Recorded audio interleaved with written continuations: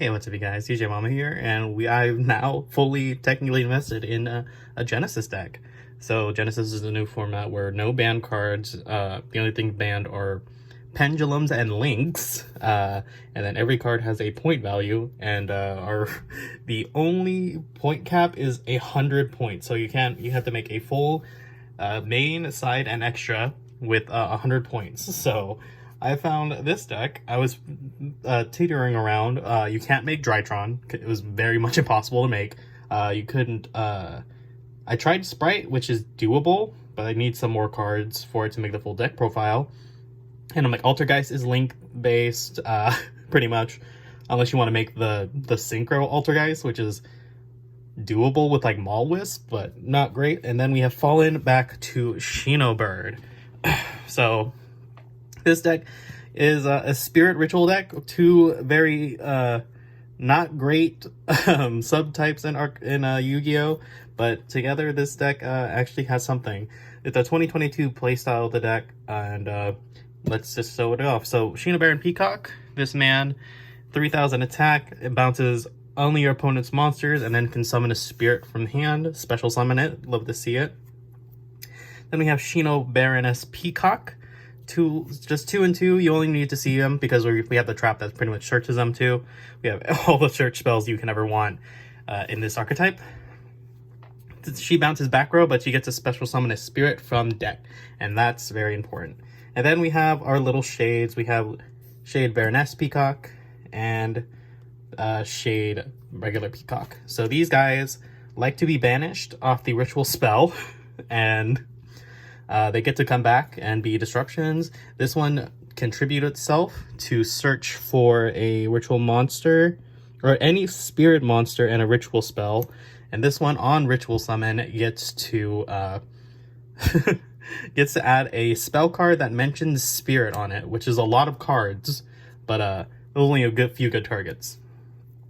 One of those targets being, of course, we have Shinobird's Calling, our ritual spell that lets us use spirits from hand field, and we get to banish spirit monsters from grave, which will trigger these, which when they're banished, they get to special summon themselves on the next standby phase. So they get to special summon themselves, and that's pretty nice. And we're playing the main card in this archetype, Stars Align Above the Shrine. This card is crazy. Basically, lets you ritual summon from deck by tributing something on field, and then if a wind spirit monster is returned from field to hand, I get one of these up to twice per turn, which is returning one of my ritual spells from grave to hand, or setting the other trap, Stars Align Across the Milky Way, which pretty much says ritual summon on your opponent's turn. The effect on flip is just revealing one ritual monster and getting the one of the other level. And then you can banish this from grave, send a Shinobird's Calling from send Shinobird's Calling from hand to grave, and then it becomes that effect. So you get to ritual summon, banishing out these guys or anything out from hand, and pretty much making these interruptions. And people are playing like Jurek Meteor for a field board wipe. These are just as messed up. I'll just say that. They're insane. Let's just say what it says what it says. And then the main guy you want to summon here, a card that is 0 points, but if it gets point valued later, I understand why. It's a mono Awato. So these two special summon a spirit monster, and if a spirit monster is special, it just stays. And this just says only monsters who are spirit monsters can activate their effects, and he has 0 points. So the stipulation usually is like, oh, he just returns a hand. There's no protection on him. He can be impermed. He doesn't have, there's no protection, so he can just like be like smashing ground and just generic removal spells get him out of there. So it's a little rough for him, but he's still an incredibly annoying floodgate, and I probably expect him to either be pointed somewhere in Genesis format down the line, or this deck is just gonna do annoying stuff. Alright, moving on to other spirit monsters. We have 3 Sakitama. We also have 3 Aratama, and we have 1 Nikitama. So Saki gets to reveal itself to immediately to give you a normal summon any spirit monster, which is going to be these two. And then Aratama gets you a search for any spirit monster. Yeah, add any spirit monster, and then this one will give you even another normal summon. And we're still waiting for the high rarity upgrade of Nikitama. This is still its only printing as the rare from like Shadow Specters. No, Elval, Legacy of the Valiant, fun, crazy. You also get to draw a card if it's sent to grave. So if you like tribute it for Stars Online, you get to get a little thing. Nice. And then we're playing a new card from Doom of Dimensions. We're playing Ichiki Sayori Hime. This is another spirit monster, a light level 4 spirit that says, if you control a monster with 800 attack or defense, immediately after select, you can normal summon this card, and if it's normaled at a level 4 light or dark 800 monster with 800 attack and defense. So this is considered the Exo Sister Searcher. It gets Aratama and Nikitama, but it also searches a lot of Exo Sisters, so that's fun. But we're playing it here in the Spirit deck, so it makes more sense, and that's all we got for sure. So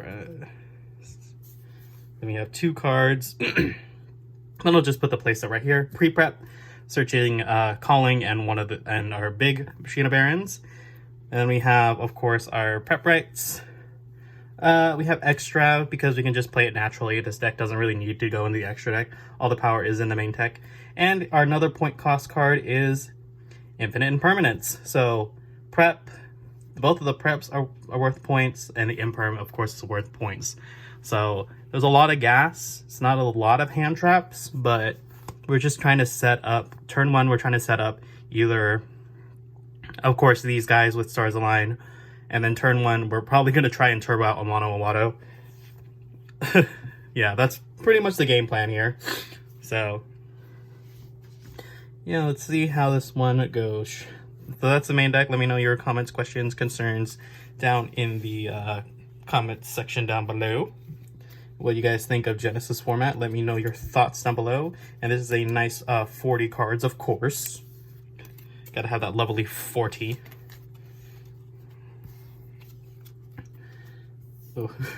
This card's got to go. I'm just saying, it's not. I don't think it's gonna stay too long as unpointed.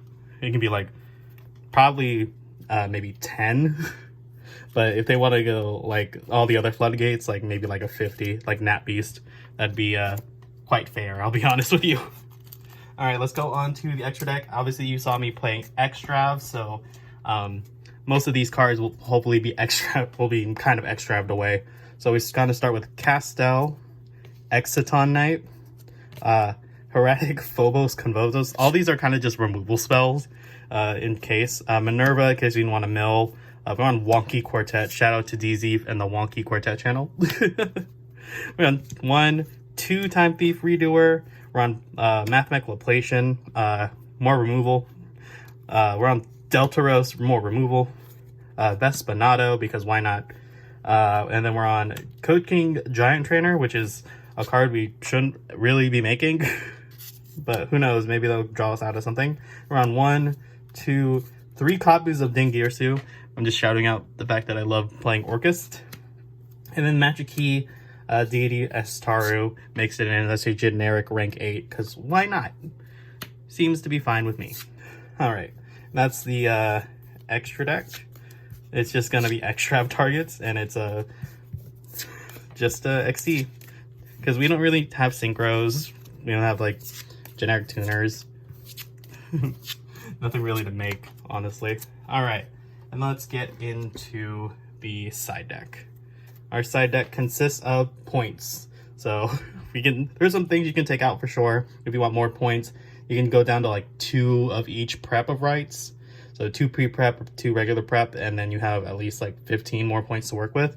But with this, here's our rounding out our points with a playset of Ghost Ogre, the No Point Skullmeister, the No Point Dark Ruler No More. We're on triple Mind Control. So the thing with Mind Control is if this forces out some interaction while we're going second, As long as you keep something on the board, it's not bad. That's if it forces out like their back row or one of their monster effects, it's not bad. So I can just be able to use the Shinobirds and the Callings to make sure I can just break their board. And we're also on Twin Twister, and of course our last card is Shinobird Salvation. So Salvation is pretty much a so when something bounces back during the end phase, I can pop something, and when it declares an attack, I can banish a spirit from grave and negate the attack and end the battle phase. So it's also a swift scarecrow. Kinda nice. Or scrubbed raid if you'd like to play a lot of trap cards. So a searchable scrubbed raid is not bad. So that's the deck.